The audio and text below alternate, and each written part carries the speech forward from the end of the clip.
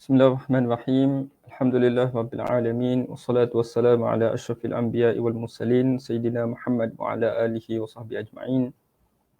Nawaitu ta'aluma wa ta'lim wa tazakku wa tazki wa naf'a wal intifa' wal ifadata wal istifadah wal hatha ala tamassuki bi kitabillahi wa sunnati rasulihi sallallahu alaihi wasallam wa du'a ila al-huda wa dalalata ala al-khair ibtigha'a wajhihi wa mardatihi wa thawabihi wa jannatihi subhanahu wa ta'ala thumma amma ba'du.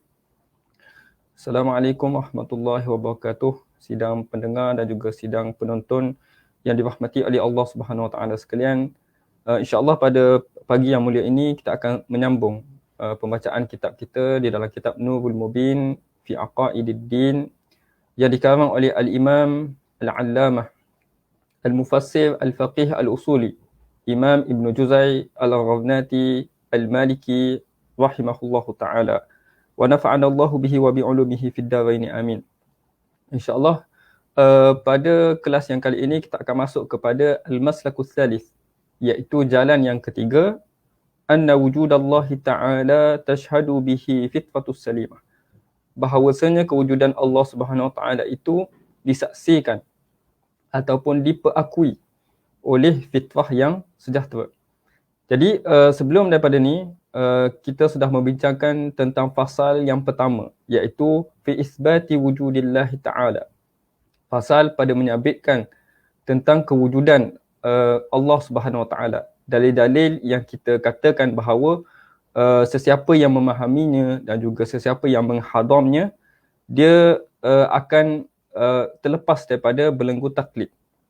Jadi terdapat tiga masalik yang dirangkakan oleh Imam Ibn Juzai dalam fasal yang pertama, iaitu fasal pada menyabitkan kewujudan Allah. Al-maslakul awal adalah beristidlal dengan anwa'ul mawjudat, dengan kepelbagaian makhlukat, perkara-perkara yang wujud dengan kepelbagaian bentuk, spesies dan sebagainya. Ini menunjukkan kepada wujudnya pencipta dan wujudnya pentadbir yang mentadbir alam ini. Dengan Imam Ibn Juzai mendatangkan ayat-ayat Al-Quran, kemudian perbahasan tentang soalan-soalan yang dibawakan oleh Imam Ibn Juzai dan juga jawapan-jawapan yang telah diberikan oleh Imam Ibn Juzai. Itu maslakul awal. Kemudian al-maslakus tsani, pada kelas yang lepas kita membincangkan tentang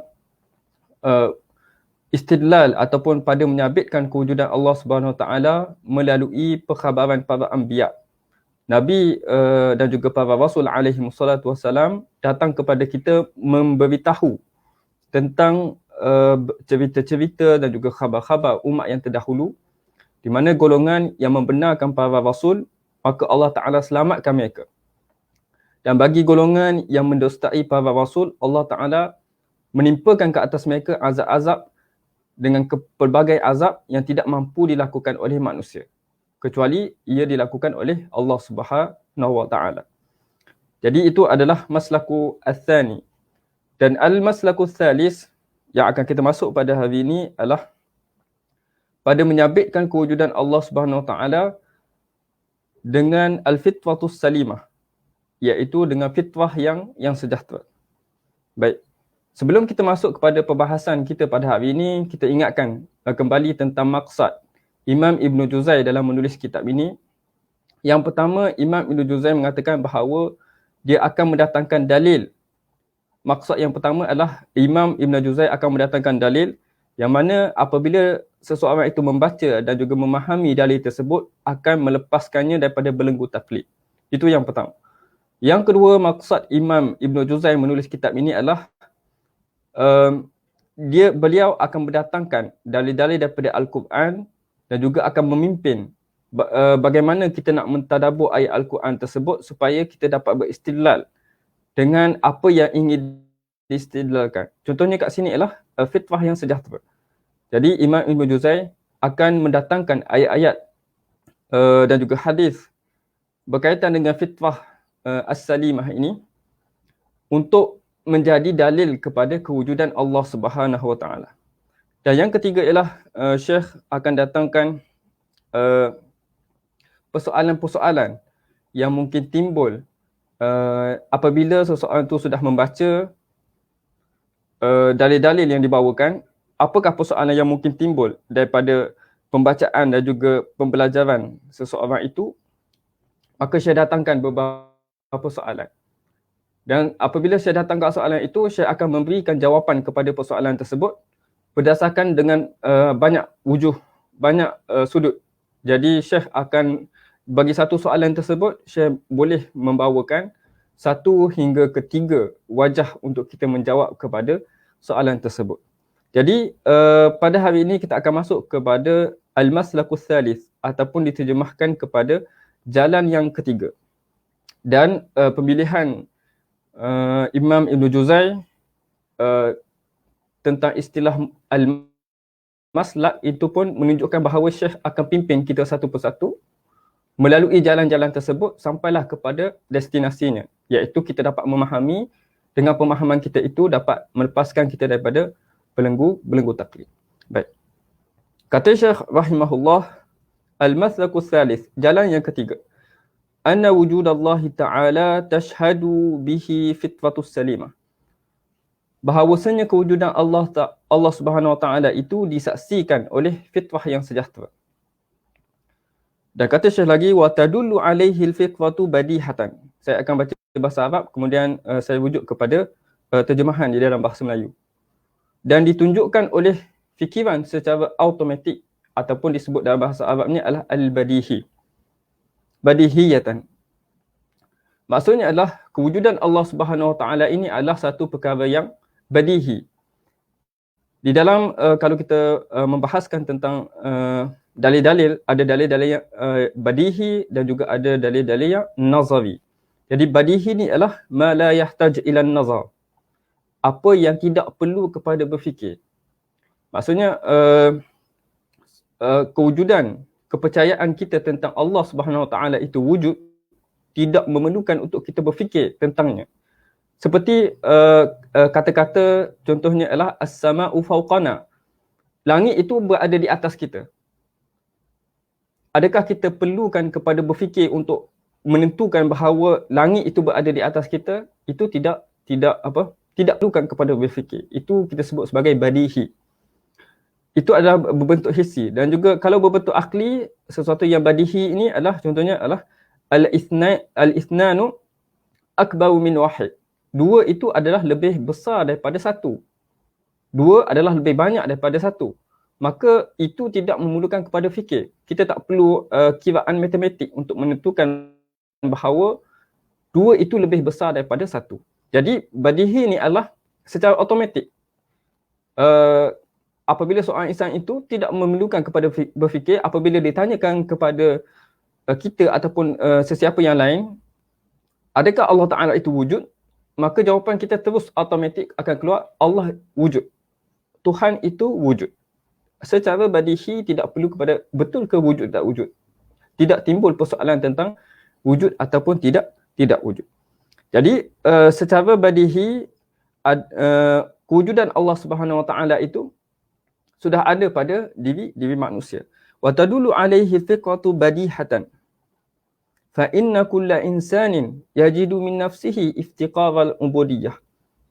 Maka setiap insan itu akan mendapati pada dirinya berhajat kepada al-ubudiyah, rasa kehambaan. Jadi manusia ni fitrahnya adalah menjadi seorang hamba. Apabila dia keluar daripada fitrahnya itu, maka dia akan menjadi sesuatu yang tidak selari dengan apa yang dikehendaki oleh Allah Subhanahu Wa Taala. Fa inna kulla insanin yajidu min nafsihi iftiqara ubudiyah. Setiap insan akan mendapati bahawa dia ni berhajatkan kepada perasaan kehambaan. Dia berhajatkan kepada seseorang, kepada sesuatu yang boleh dia meminta pertolongan, yang boleh dia memohon hajat dan sebagainya. Wa yahissu annahu tahta qahbil rububiyah, dan dia berasa bahawa dia berada di dalam penguasaan rububiyah. Ada Tuhan yang mentadbir urusannya. Ada Tuhan yang melihat kelakuannya sehari-hari. Dan ada Tuhan yang menetapkan kedudukannya dan juga menetapkan perjalanan kehidupannya. Faya'lamu qat'an annahu la budda li hadhihi al-mamlakati al-'azimah min mulkin 'azim. maka dia secara pasti akan mengetahui bahawa semestinya bagi kerajaan yang agung ini raja yang agung. Dia mengetahui bahawa apabila dia melihat kepada alam yang cukup agung ini, yang cukup besar ini, bahawa ada raja yang mentadbirnya. Ada sesuatu kekuasaan yang mengaturkan susun aturnya. Kemudian kata Syekh lagi, wala budda li hadha tadbiri al-muhkami min mudabbirin hakimin. Maka dan semestinya tadbiran yang tekun ini, yang sangat ajaib dan juga sangat sistematik ini, kita katakan tadbiran yang sistematik, tadbirin muhkam. Ini datang daripada pentadbir yang bijaksana. Min mudabbirin hakimin, daripada pentadbir yang bijaksana. Dan Syekh rahimahullah mendatangkan firman Allah Subhanahu wa taala. Allah Subhanahu wa taala berfirman, fa'aqim wajhaka lid-din hanifa fitratallahi allati fatara an-nasa 'alayha la tabdila li khalqillah dzalika ad-dinul qayyim walakinna aktsaran nasi la ya'lamun. Surah Ar-Rum ayat ke-30, maksudnya, maka hadapkanlah dirimu, engkau dan pengikut-pengikutmu wahai Muhammad, ke arah agama yang jauh daripada kesesatan. Ini terjemahan bagi hanifa. Fa'aqim wajhaka lid-dini hanifa, maksudnya adalah jauh dari kesesatan. Fitratullah, kalau diterjemahkan kat sini adalah agama Allah. Fitratullah allati fatara an-nasa 'alaiha, iaitu agama yang Allah Ta'ala jadikan manusia dalam keadaan bersedia untuk dari semula jadinya untuk menerimanya.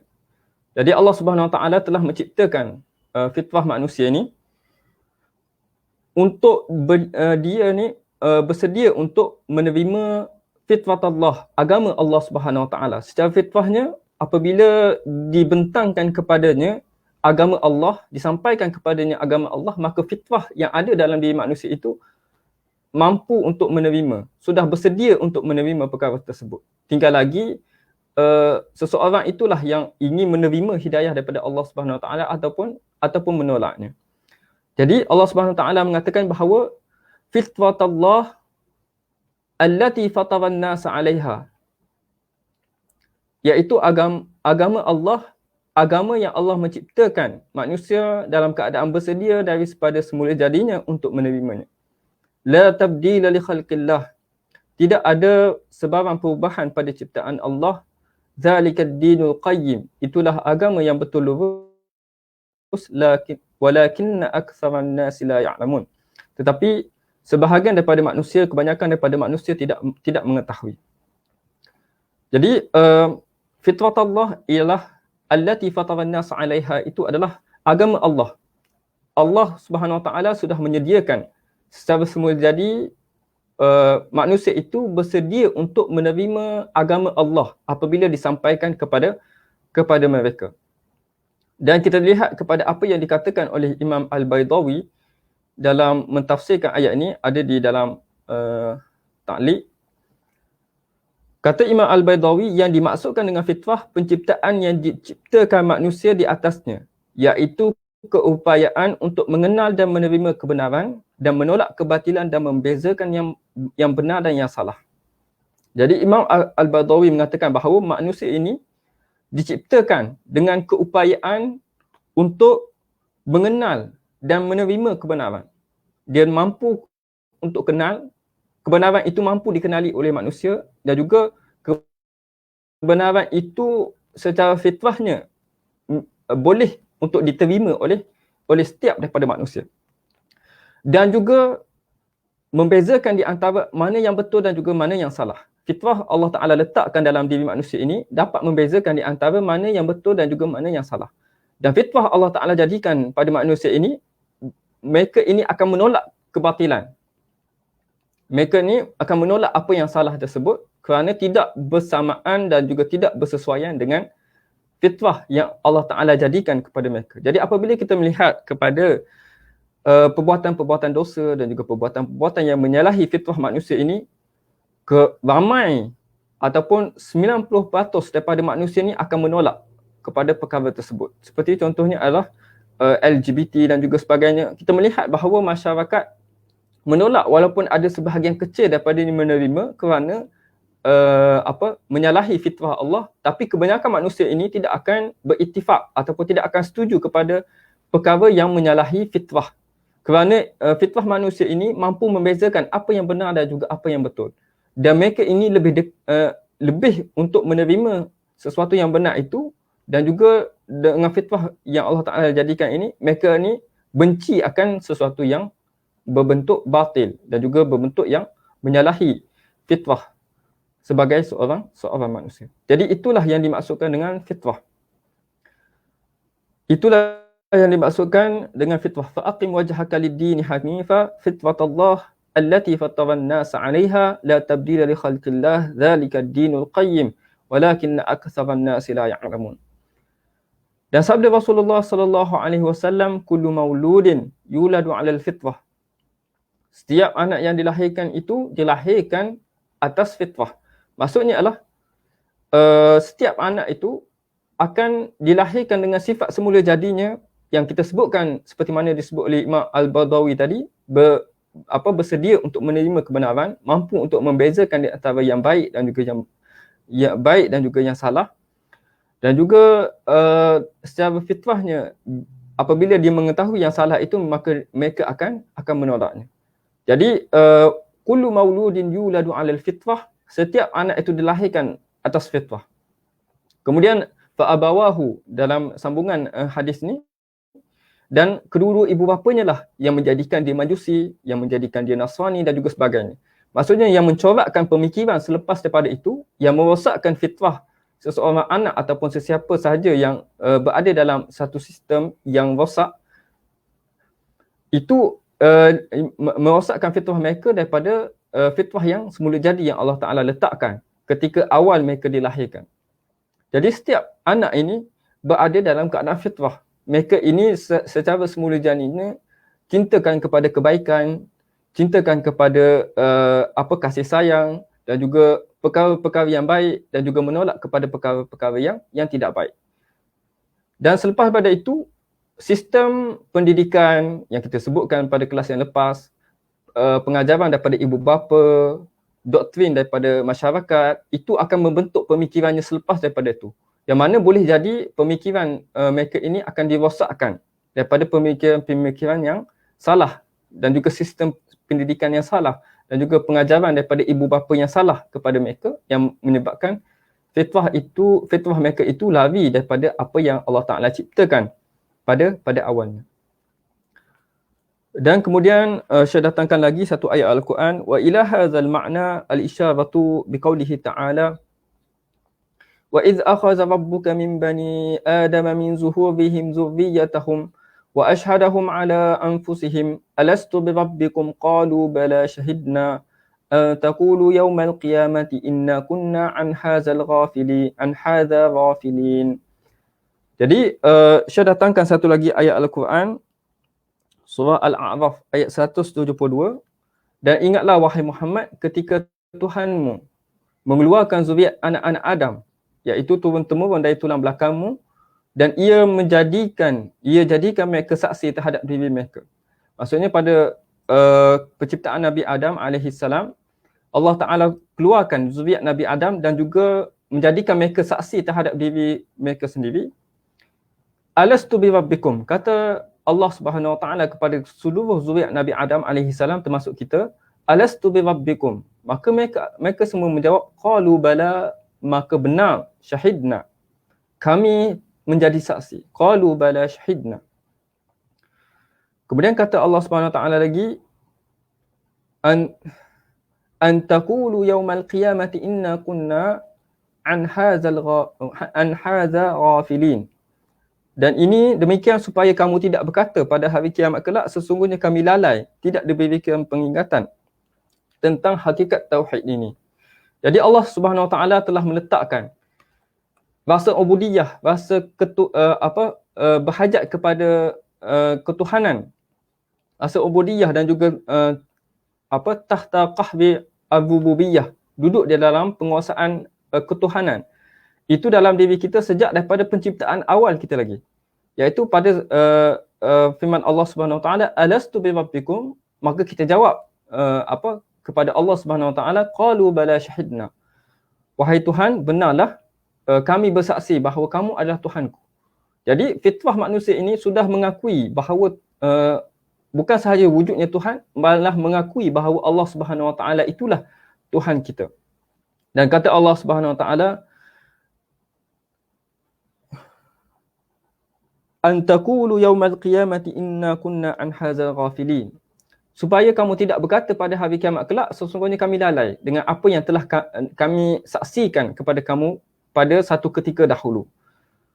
Inna kunna an hadzal ghafilin. Tentang hakikat tauhid ini.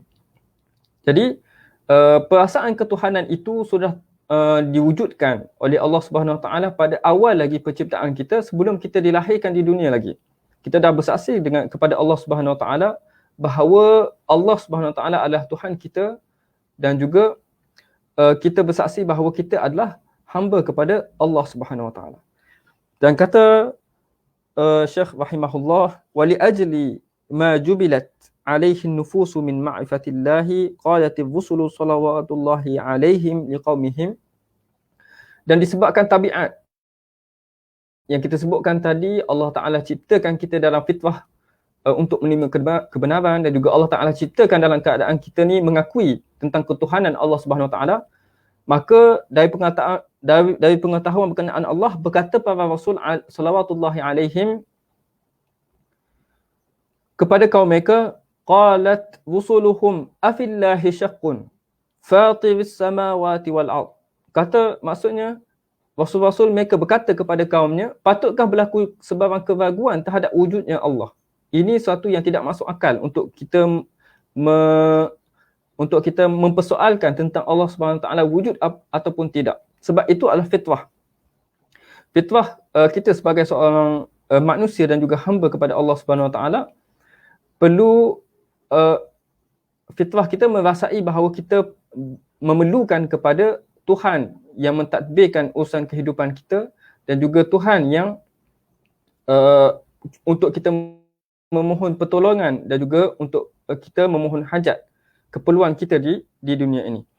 Dan kata para Rasul mereka berkata, afillahi syaqqun, adakah keraguan tentang wujud Allah? Adakah seseorang itu syak tentang kewujudan Allah? Fatiris samawati wal ard, bahawa dialah yang menciptakan langit dan bumi. Surah Ibrahim ayat ke-10. Dan kata Syekh lagi, ini sangat penting,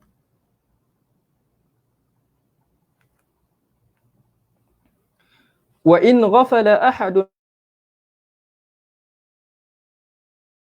an hadha fi halil rakha fala budda an yarji'a ilaihi fi halil shiddah. Jika seorang itu lalai dalam hal ketika senang, namun dia pasti akan kembali kepadanya pada ketika susah. Ini Allah Subhanahu Wa Taala sebutkan bahawa dalam keadaan yang senang, umat manusia ini tidak akan terfikir untuk adakah Allah Subhanahu Wa Taala wujud, adakah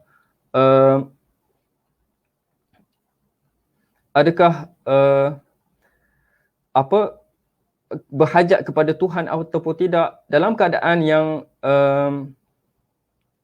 biasa ataupun dalam keadaan yang senang, manusia tidak akan berfikir tentang perkara berhajatkah mereka kepada Allah Subhanahu Wa Taala. Tetapi apabila mereka ni dalam kesusahan, mereka ni memerlukan kepada sesuatu hajat di dunia, dan juga mereka berada dalam keadaan yang sangat bahaya, pada ketika itulah fitrah yang Allah Ta'ala letakkan pada awalnya pada manusia ini, mereka akan secara automatik akan menyeru kepada Allah Subhanahu Wa Taala. Contohnya dalam situasi, jika kita baca dalam kitab-kitab, dalam situasi dalam kapal yang karam. Jadi dalam kapal yang karam itu, dia memerlukan kepada pertolongan. Dan pertolongan daripada manusia yang sama-sama berada di dalam kapal tersebut tidak akan mampu untuk membantunya. Maka pada ketika itulah fitrah manusia itu akan timbul, iaitu berhajatkan kepada sesuatu kuasa yang lebih besar daripada manusia, ataupun sesuatu yang lebih besar daripada makhluk-makhluk yang lain untuk menyelamatkan mereka dalam keadaan tersebut. Maka dalam keadaan senang, dalam keadaan yang mewah, dalam keadaan yang tidak diancam oleh apa-apa, maka seseorang itu mungkin tidak berasa berhajat kepada Allah Subhanahu Wa Taala. Tapi apabila Allah Taala berikan sedikit ujian, berikan sedikit kesusahan, maka pada ketika itulah mereka akan mempercayai ataupun mereka akan mengakui bahawa ada sesuatu kuasa yang lebih besar dan perasaan ubudiyah kepada Allah Subhanahu Wa Taala itu akan timbul kepada Allah Subhanahu Wa Taala. Dan kata Syekh, dan jika seseorang lalai berkenaan hal ini ketika senang, namun dia pasti akan kembali kepadanya pada ketika susah. Dalam keadaan susah, setiap manusia akan kembali kepada Tuhannya dan juga mewujudkan sifat ubudiyah dan memperakui kewujudan Allah Subhanahu Wa Taala. Tapi apabila dalam keadaan senang, manusia itu melalaikan apa yang telah melalaikan tentang perkara yang disebutkan tadi. Dan firman Allah Subhanahu Wa Taala, wa idza massan nasa durrun da'u rabbahum. Dan apabila manusia disentuh sesuatu bahaya, maka ketika itulah mereka segera berdoa kepada Tuhan mereka. Munibina ilaih, dengan kembali wujud kembali bertaubat kepadanya. Munibin, kalau kita tengok kepada asal fa'il dia ialah anaba, kembali dengan segera. Munibin ialah dengan bersegera kembali kepada Allah Subhanahu Wa Taala dan juga bersegera bertaubat kepada Allah Subhanahu Wa Taala.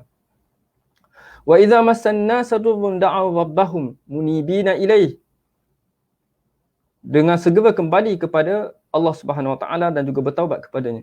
Thumma idza adzaqahum minhu rahmah, dan apabila Allah Taala berikan kepadanya sesuatu rahmat, nikmat, kenikmatan dan juga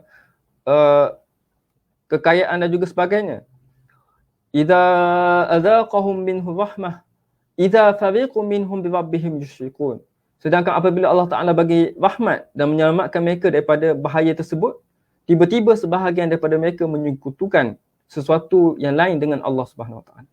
Jadi ini adalah sifat manusia. Apabila berada dalam kesusahan, mereka akan mencari Tuhan. Mereka akan pergi kepada Allah. Mereka akan segera bertaubat. Tetapi apabila selepas selesai mereka terselamat daripada bahaya dan mendapat apa yang dicapai, mereka akan kembali mensyirikkan Allah ataupun melupakan apa yang telah dijanjikan kepada Allah Subhanahu Wa Taala pada ketika dia dalam kesusahan. Jadi seseorang yang berada dalam kesusahan, dia akan merayu kepada Allah Subhanahu Wa Taala dengan pelbagai rayuan dan juga dengan pelbagai permintaan kepada Allah Subhanahu Wa Taala.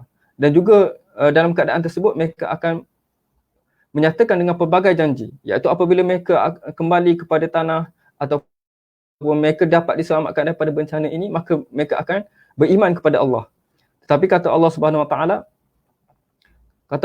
Taala, idza fariqum minhum bi rabbihim yusyrikun. Apabila Allah Taala selamatkan mereka, tiba-tiba sebahagian daripada mereka ini menyekutukan sesuatu yang lain dengan Tuhan.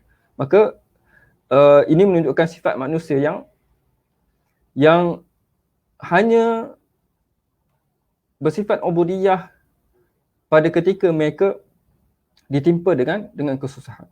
Dan Syekh mendatangkan satu firman Allah Subhanahu Wa Taala lagi, qul man yunajjikum min zulumatil barri wal bahr tad'unahu tadarruan wa khufyatan la in anjana min hadha lanakunanna minasy-syakirin. Ini yang kita sebutkan tadi, iaitu apabila seorang itu berada dalam bencana, berada dalam situasi kapal yang karam di tengah lautan yang tidak ada penolong selain, tidak ada makhluk lain yang boleh menolong mereka ini.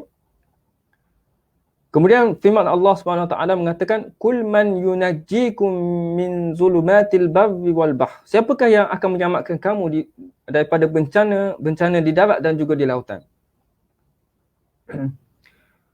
Tad'unahu tadarruan wa khufyah. Kamu berdoa, ketika kamu berdoa dan merayu kepadanya dengan merendah diri, secara terbuka dan juga secara sembunyi.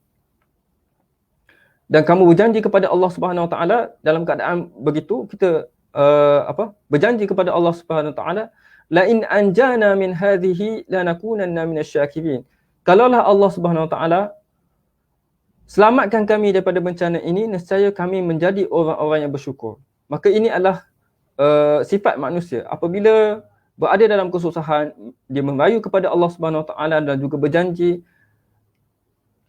la in anjana min hadhihi lanakunanna minasyakirin. Kalaulah Allah Taala lepaskan aku daripada bencana ini, maka sudah tentu aku akan menjadi daripada golongan-golongan yang bersyukur.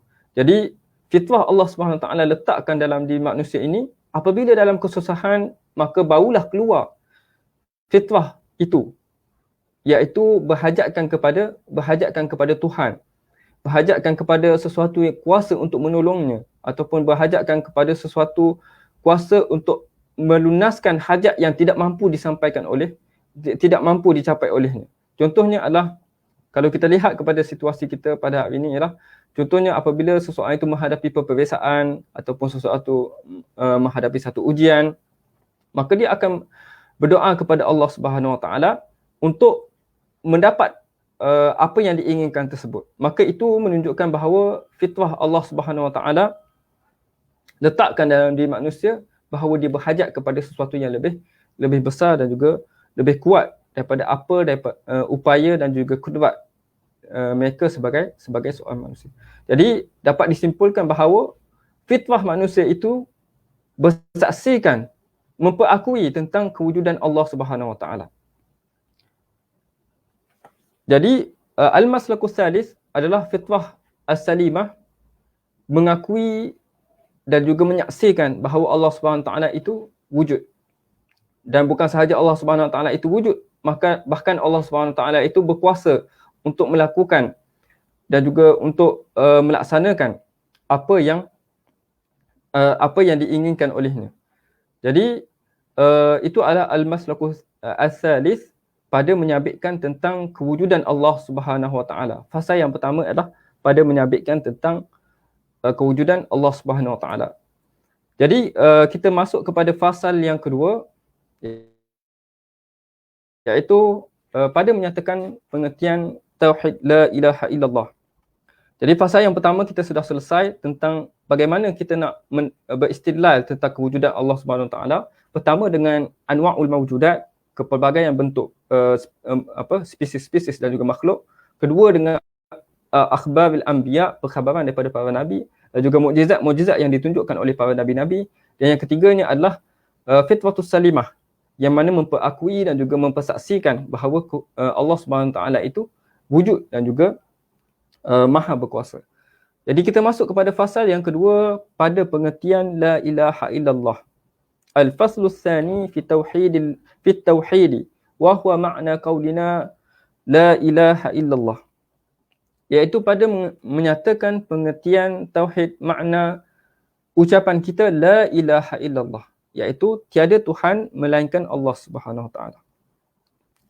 Jadi Syekh menyebutkan i'lam annallaha ta'ala ilahun wahid.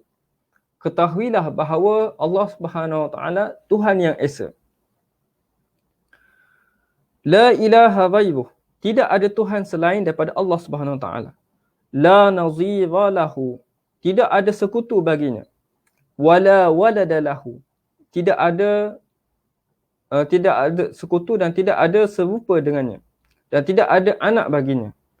Wala walida lahu, dan tidak ada ayah baginya. Wala zaujata lahu, tidak ada pasangan baginya. Kama qala ta'ala, seperti mana firman Allah Subhanahu Wa Taala, qul huwallahu ahad, Allahus samad, lam yalid wa lam yulad wa lam yakul lahu kufuwan ahad. Maksudnya, katakanlah wahai Muhammad, Tuhanku ialah Tuhan yang Maha Esa. Allah yang menjadi tumpuan sekalian makhluk untuk memohon sebarang hajat. Dia tidak beranak dan dia pula tidak diperanakkan. Dan tidak ada sesiapa pun yang serupa dengannya. Jadi makna la ilaha illallah kat sini adalah untuk mengesakan Allah Subhanahu Wa Taala. Untuk mengesakan Allah Subhanahu Wa Taala. Dan kita sebut sifat keesaan Allah Subhanahu Wa Taala ini di dalam ilmu tauhid sebagai wahdaniyatullah taala, sifat keesaan Allah Subhanahu Wa Taala. Untuk yang lebih panjang ataupun huraian yang lebih panjang dalam kitab-kitab tauhid, kita boleh tengok kepada sifat wahdaniyah, yang mana dia akan membahaskan tentang al-kumum al-khamsah. Sifat wahdaniyatullah akan menafikan al-kumum al-khamsah, iaitu wahdaniyatu fi zat akan menafikan al-kam al-muttasil dan juga al-kam munfasil fi zat. Begitu juga dengan wahdaniyatullah fi sifat akan menafikan al-kam muttasil dan juga al-kam munfasil fi sifatillah ta'ala. Dan juga af'al menafikan al-kam muttasil bagi Allah Subhanahu Wa Taala. Ini disebutkan sebagai al-kumumul khamsah jika kita lihat kepada perbahasan tentang sifat wahdaniyatullah ta'ala. Tapi dekat sini Syekh akan mendatangkan dalil-dalil yang bersifat dengan akli, yang boleh kita fikirkan secara logik untuk kita memahami pengertian tentang ucapan kita la ilaha illallah. Bagaimana kita nak memahami dengan sebenar-benarnya kalimah tauhid yang kita ucapkan, iaitu la ilaha illallah. Yang pertamanya adalah Allah Subhanahu Wa Taala itu Maha Esa. Tidak ada Tuhan selainnya, tidak ada sekutu, tidak ada yang serupa dengannya. Tidak ada anak dan juga tidak ada ayah dan juga tidak ada pasangan baginya. Seperti dalam firman Allah dalam surah Al-Ikhlas. Qul huwallahu ahad, Allahus samad, lam yalid wa lam yulad wa lam yakul lahu kufuwan ahad. Maka ini adalah secara umumnya tentang makna keesaan Allah Subhanahu Wa Taala. Nanti Syekh akan datangkan dalil tentang keesaan Allah Subhanahu Wa Taala. Mengapa Allah Subhanahu Wa Taala ni bersifat dengan sifat esa? Mengapa tidak boleh untuk kita katakan ada tuhan-tuhan yang pelbagai seperti mana kepercayaan Hindu dan juga sebagainya, agama-agama yang mempercayai lebih daripada satu Tuhan. Tapi kita mempercayai tentang keesaan Tuhan kita, iaitu Allah Subhanahu Wa Taala, dan tidak berbilang-bilang Tuhan tersebut. Dan Syekh mengatakan lagi, wad-dalilu 'ala al-wahdaniyatihi subhanahu wa ta'ala min wujuhin katsirah. Dan dalil tentang keesaan Allah Subhanahu wa taala ini kita boleh lihat daripada pelbagai sudut yang banyak. Min wujuhin katsirah, sangat banyak untuk kita lihat tentang keesaan Allah Subhanahu wa taala. Arsyada ilaiha al-Quran, telah ditunjukkan kepadanya oleh Al-Quran. Falaisa ba'da bayanillahi fi isbati tauhid bayanun. Maka tidak ada lagi selepas daripada keterangan Allah Subhanahu Wa Taala keterangan yang lain yang lebih kuat daripada keterangan Allah Subhanahu Wa Taala. Falaisa ba'da bayanillahi fi isbati tauhid bayanun. Maka tidak ada keterangan yang lebih jelas dan juga yang lebih tinggi daripada keterangan daripada Allah Subhanahu Wa Taala. Jadi Syekh akan pergi satu persatu tentang bagaimana kita nak beristilal tentang keesaan Allah Subhanahu Wa Taala. Apakah dalil untuk kita mengatakan bahawa Allah Subhanahu Wa Taala ini bersifat dengan sifat esa dan juga tidak bersifat dengan sifat berbilang-bilang seperti mana kepercayaan agama-agama yang lain. Baik. Sudut yang pertama, al-wajhul awal. Saya datangkan sudut yang pertama untuk kita tahu tentang wahdaniyatullah, keesaan Allah. Anna kulla syai'in makhluqun fa inna ma yakhluquhu khaliqun wahid. Bahawa segala sesuatu yang diciptakan, maka hanya sahaja ia diciptakan oleh pencipta yang satu. Setiap daripada sesuatu yang diciptakan adalah dicipta oleh seorang pencipta. Li'anna al-fi'la al-wahida la yasdu min fa'ilain. Kerana perbuatan yang satu tidak terbit daripada dua orang pelaku. Ataupun kita sebut al-fi'lul wahid la yasdu min fa'ilain. Sesuatu perbuatan itu tidak akan terbit daripada dua orang pelaku. Maka sabitlah fasabata bidzalika anna khaliqa wahidun wa huwa Allah Ta'ala. Maka sabitlah bahawa pencipta bagi sesuatu itu adalah hanya satu, dan itu adalah Allah Subhanahu Wa Ta'ala. Dan firman Allah Subhanahu Wa Ta'ala dalam menjelaskan perkara ini, wattakhazu min dunihi alihatan la yakhluquna syai'an wa hum yukhlaqun wa la yamlikuna li anfusihim darran wa la naf'a wa la yamlikuna mautan wa la hayatan wa la nusyura. Allah Subhanahu Wa Ta'ala berfirman, dan mereka orang-orang yang kafir mengambil benda-benda yang lain daripada Allah sebagai Tuhan. Wattakhazu min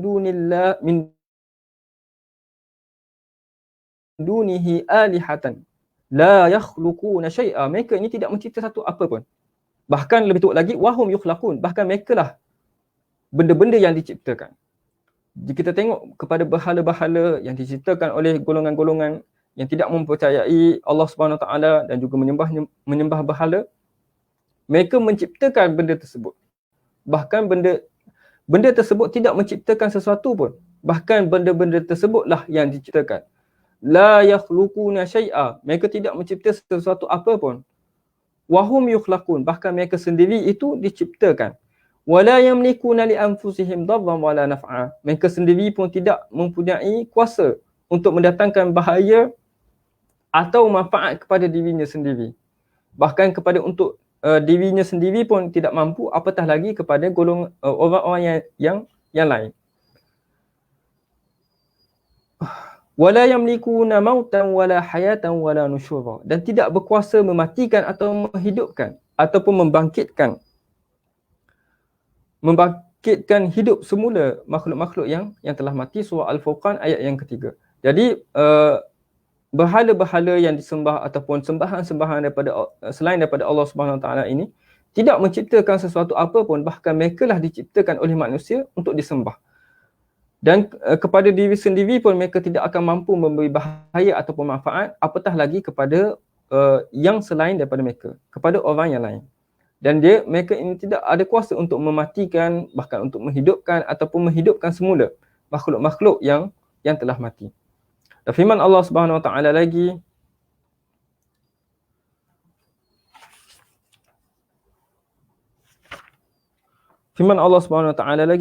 Qul ara'aytum syuraka'akum allazina tad'una min dunillah madza khalaqu minal ard am lahum syirkun fis samawati am atainahum kitaban fahum ala bayyinatin minhu. Katakanlah wahai Muhammad, sudahkah kamu mengetahui kekuasaan dan kelayakan makhluk-makhluk yang kamu jadikan sekutu-sekutu, yang kamu sembah, yang kamu seru dan sembah selain Allah? Qul ara'aytum syuraka'akum allazi tad'una min dunillah aruni madza khalaqu minal ard. Tunjukkanlah kepada aku apa yang mereka cipta daripada bahagian bumi ni. Mereka ni ciptakan matahari, mereka ni ciptakan sungai, mereka ni ciptakan laut. Aruni madza khalaqu minal ard. Tunjukkanlah kepada aku apa yang Tuhan yang kamu sembah ini, apakah yang mereka ciptakan. Am lahum syirkun fis samawat. Atau adakah mereka mempunyai sebarang perkongsian dengan Allah? Adakah mereka ni berkongsi dengan Allah? Allah buat sesuatu dan mereka ni buat sesuatu yang lain. Am atainahum kitaban fahum ala bayyinatin minhu. Atau adakah dalam menciptakan dan juga menguruskan langit. Jadi ini menunjukkan bahawa sembahan-sembahan yang disembah oleh golongan-golongan kafir dan juga golongan-golongan bukan Islam tidak menciptakan sesuatu apa pun. Bahkan mereka ni tidak bersekutu dengan Allah Subhanahu Wa Taala untuk menciptakan sesuatu di dunia ini untuk berkongsi sebagai perkongsian dengan Allah Subhanahu Wa Taala.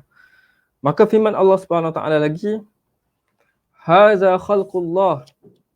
Ini adalah ciptaan Allah. Langit, bumi dan juga segala apa yang ada di bumi ini. Haza khalqullah. Ini semuanya adalah ciptaan Allah. Fa'abuni madza khalaqal ladzina min dunih. Maka cubalah tunjukkan apa yang diciptakan oleh Tuhan-Tuhan kamu. Apakah yang telah diciptakan oleh makhluk-makhluk yang lain daripada apa yang kamu sembah.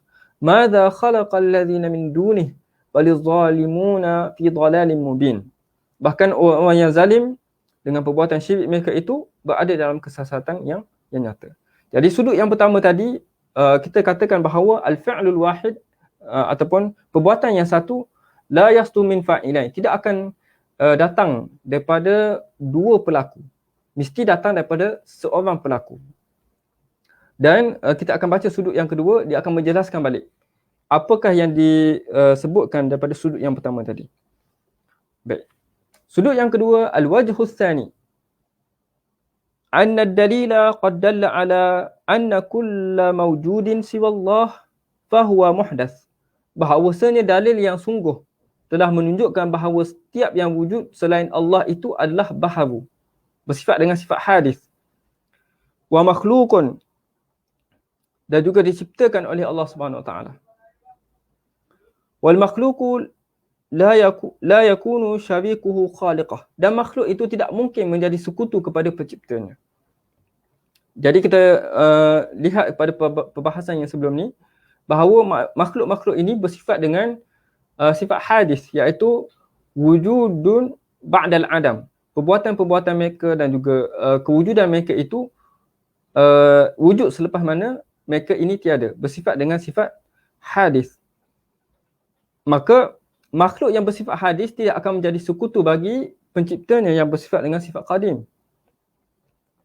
Kemudian katanya lagi, wal makhluqu la yakunu syariku khaliqah wala naziran lahu, dan tidak serupa dengan penciptanya, wala mumathilan lahu, dan tidak semisal dengannya, li'annahu abduhu, kerana setiap makhluk itu adalah hambanya. Jadi hamba itu tidak sama dengan pencipta. Sesuatu yang diciptakan itu tidak sama dengan penciptanya dan tidak menjadi sekutu kepada penciptanya. Khalaqahu hina sya'a, dia menciptakan makhluk-makhluk itu ketika dia kehendaki. Wa yuhlikuhu idza sya'a, dan dia akan membinasakannya ketika ia kehendaki.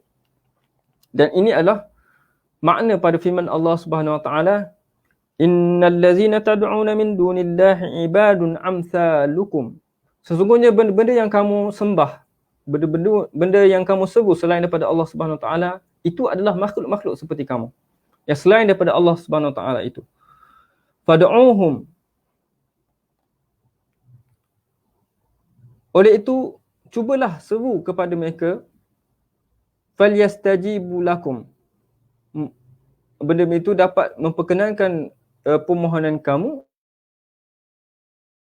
kalau betul kamu daripada golongan-golongan yang benar. Maka ini adalah kita sebut sebagai uslub yang mana untuk menghinakan golongan-golongan yang menyembah selain daripada Allah.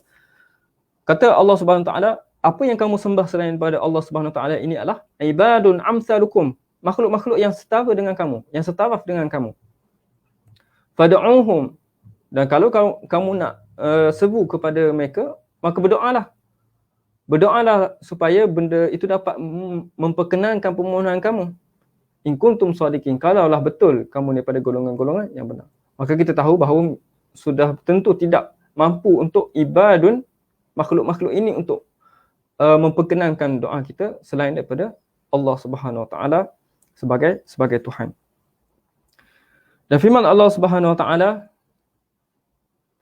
qul aghayrallahi abghi rabban wa huwa rabbu kulli syai'. Katakanlah, adakah patutkah aku mencari Tuhan selain daripada Allah Subhanahu Wa Taala, padahal dialah Tuhan bagi tiap-tiap sesuatu. Apabila kita mengenal Allah Subhanahu Wa Taala sebagai Tuhan dan juga pencipta kepada alam ini, patutkah kita mencari Tuhan yang lain selain daripada Allah Subhanahu Wa Taala, padahal dialah Tuhan tiap-tiap sesuatu. Jadi ini adalah sudut yang kedua, iaitu kalau kita khulasahkan adalah al-makhluk la yakunu syariku khaliqah. Manusia ini ataupun makhluk-makhluk ini tidak akan selayaknya menjadi sekutu bagi Allah Subhanahu Wa Taala. Baik. Sudut yang ketiga, menjelaskan apa yang dibincangkan dalam sudut yang pertama dan juga sudut yang kedua. Kita baca sedikit.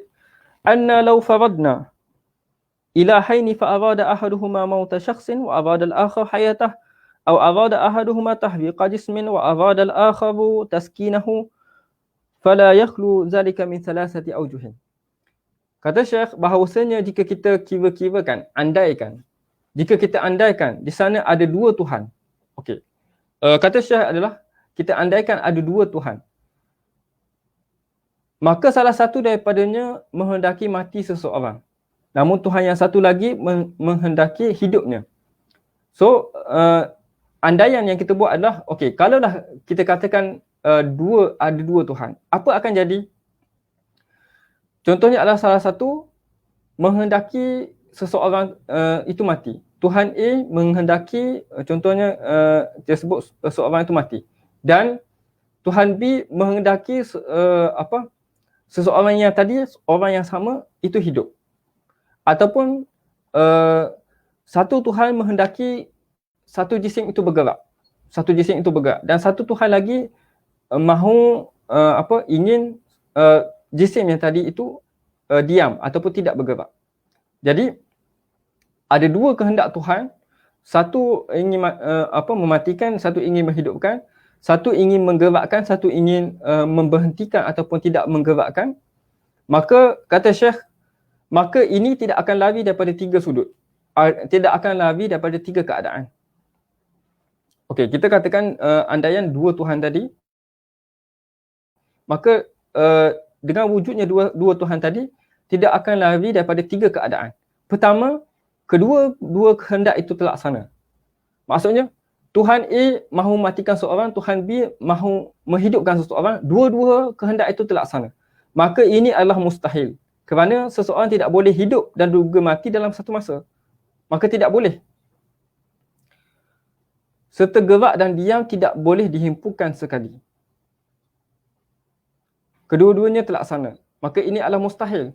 Mustahil untuk Tuhan A menghidupkan, Tuhan B mematikan, maka orang itu hidup dan juga mati dalam satu masa. Dan juga dalam situasi yang lain, Tuhan A ingin menggerakkan satu jisim dan Tuhan B ingin mendiamkan satu jisim, maka berhimpun, bergerak dan juga tidak bergerak, berhenti dalam satu jisim. Maka itu adalah mustahil. Mustahil untuk ada manusia yang hidup dan mati dalam satu masa, dan juga mustahil untuk ada satu jisim yang bergerak dan juga diam dalam satu masa. Itu situasi yang pertama, dua-dua kehendak daripada Tuhan itu terlaksana. Yang kedua, tidak terlaksana kedua-duanya. Maksudnya, Tuhan A ingin menghidupkan, tidak terlaksana. Tuhan B ingin mematikan, tidak terlaksana. Maka ini akan menatijahkan bahawa kedua-duanya lemah. Sebab apa? Sebab apa lemah? Sebab kehendak mereka ni terlaksana. Maka mereka ini tidak mempunyai kekuasaan yang penuh tentang apa yang dikehendaki oleh mereka. Dan ini juga mustahil. Apabila tidak terlaksana, maka dua perkara. Pertama ialah mereka ni lemah. Dua-dua ni lemah sebab mereka tidak mampu melaksanakan apa yang dikehendaki oleh kedua-duanya. Dan juga satu lagi adalah mustahil. Kerana mesti seseorang itu sama ada hidup atau mati. Mana boleh tidak hidup dan juga tidak mati. Dan sesuatu jisim itu mesti sama ada bergerak ataupun diam. Tidak boleh tidak bergerak dan juga tidak diam. Mesti ada salah satu. Jadi apabila situasi kedua, dua-dua kehendak daripada dua-dua Tuhan itu tidak terlaksana, maka menatijahkan dua-duanya lemah dan juga menatijahkan perkara yang mustahil.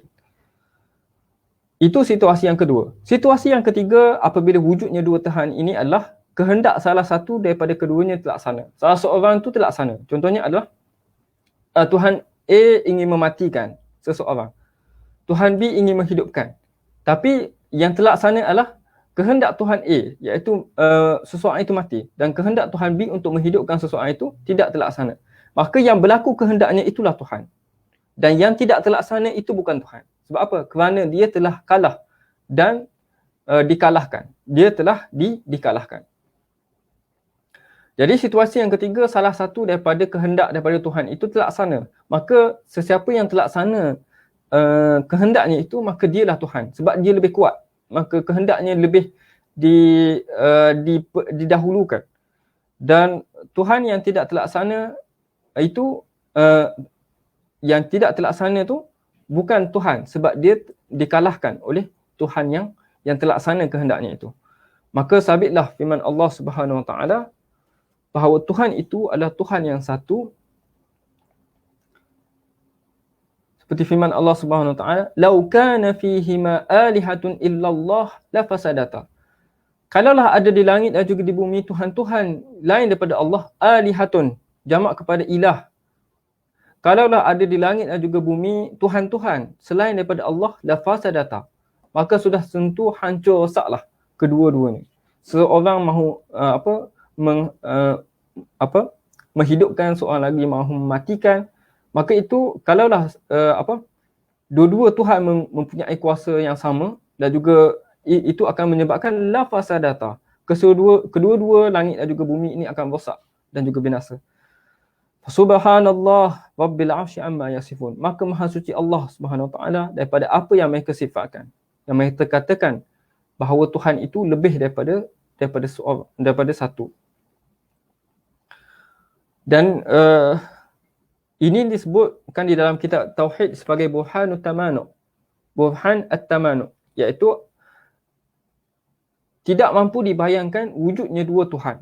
Tidak dapat dibayangkan bagaimana dua Tuhan yang setara daripada kekuasaannya untuk mentadbir alam ini. Dan firman Allah Subhanahu Wa Taala, "Qul law kana ma'ahu alihatun kama yaqulun idzal labtaghaw ila dzil 'arsy sabila."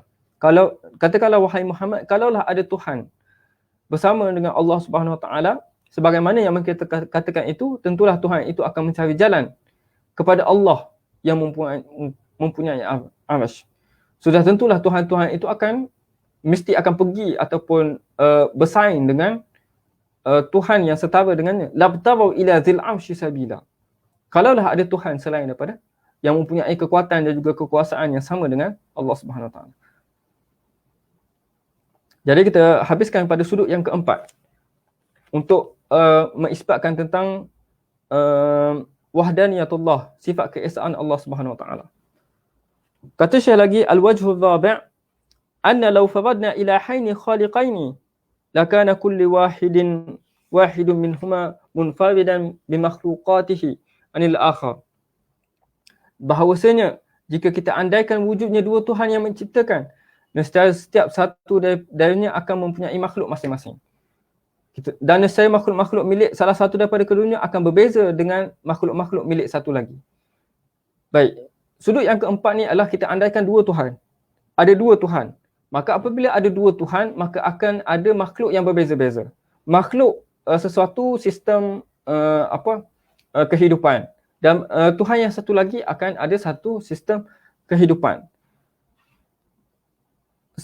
Setiap sesuatu daripadanya mempunyai makhluk masing-masing. Ada Tuhan yang menciptakan makhluknya seperti manusia. Dan juga ada Tuhan jika kita andaikan makhluknya seperti makhluk asing ataupun sebagainya yang berbeza dengan manusia. Secara makhluk milik salah satu daripada keduanya akan berbeza. Mustahil untuk sama. Kalau sama, kita katakan bahawa tidak ada bezalah di antara kedua-duanya. Jadi apabila kita andaikan dua Tuhan yang berbeza, maka makhluk yang diciptakan oleh kedua-duanya adalah berbeza. Namun kita lihat bahawasanya sekalian makhluk ini saling berkait antara satu sama lain. Kita lihat bahawa setiap satu makhluk yang ada di dunia yang diciptakan kita di dalam dunia ini saling berkait antara satu sama lain. Dan ia tertakluk kepada urusan dan aturan dan perkiraan yang tepat. Maka ini menunjukkan penciptanya dan pemiliknya adalah satu, iaitu Allah Subhanahu Wa Taala. Kita lihat bahawa setiap daripada alam ini saling berkait di antara satu sama lain. Saling berhajatkan kepada satu sama lain. Bagi menjelaskan perkaitan antara makhluk satu sama lain adalah manusia dan sekalian haiwan mendapat zat daripada makanan daripada tumbuhan yang keluar daripada bumi. Dan tumbuhan-tumbuhan pula mendapat zat makanan daripada hujan yang turun daripada langit ketika angin bertiup dan menggerakkan awan-awan, dan bahawasanya matahari dah beredar di atas paksi tersendiri dengan tertib yang khusus. Daripadanya terdapat manfaat yang banyak. Daripada memperelokkan buah-buahan, perubahan malam dan siang, perubahan musim dan maklumat tahun dan bulan. Maka lihatlah perkaitan urusan haiwan-haiwan, tumbuhan-tumbuhan, langit, bumi, awan-awan, angin-angin, bulan, malam dan siang. Nescaya akan terzahir kepada kamu bahawa sekaliannya tertunduk di bawah kekuasaan Allah yang Maha Esa lagi Maha Gagah. Kullahu musakharun biqudratil wahidil qahhar. Jadi ini menunjukkan bahawa satu sistem yang lengkap yang mana manusia, haiwan berhajat kepada tumbuhan. Tumbuhan berhajat kepada angin. Dan juga perubahan malam dan siang berhajat kepada pergerakan matahari dan juga pergerakan bulan. Maka ini adalah satu sistem yang berhajat di antara satu sama lain, menunjukkan bahawa penciptanya bukan lebih daripada satu. Bahkan penciptanya adalah bahawa penciptanya dan pemiliknya dan juga pentadbirnya adalah satu. Sebab dia menciptakan aturan yang saling berkait dengan satu sama lain. Kerana apabila kita andaikan ada dua Tuhan ataupun lebih Tuhan, maka setiap daripada makhluknya akan berasingan. Tidak ada kaitan di antara antara satu sama lain. Maka dengan penjelasan tersebut, maka jelaslah tentang dalil kewujudan Allah, dalil sifat wahdaniyatullah ta'ala, sifat keesaan Allah Subhanahu Wa Taala. Dan yang menjelaskan lagi perkara tersebut bahawa tidak boleh wujud dua raja yang berkuasa dalam satu kota. Ini perkara yang makul, yang boleh kita bayangkan. Tidak boleh ada dua raja yang di dalam satu kawasan pemerintahan. Dan kita lihat kalau di situasi kita sekarang ni, mustahil untuk kita katakan ada dua Perdana Menteri. Contoh, ada si A nak jadi Perdana Menteri, si B nak jadi Perdana Menteri. Solusinya kita kata dua-dua kita lantik sebagai Perdana Menteri. Itu adalah mustahil. Sebab tidak boleh ada dua kuasa ataupun dua pemerintah yang mempunyai kuasa yang setara untuk menguasai satu kota. Itu adalah logik kita dalam keadaan kita hari ini. Sebab itu kita pilih satu pemerintah, satu Perdana Menteri untuk melaksanakan kekuasaannya dalam satu kota.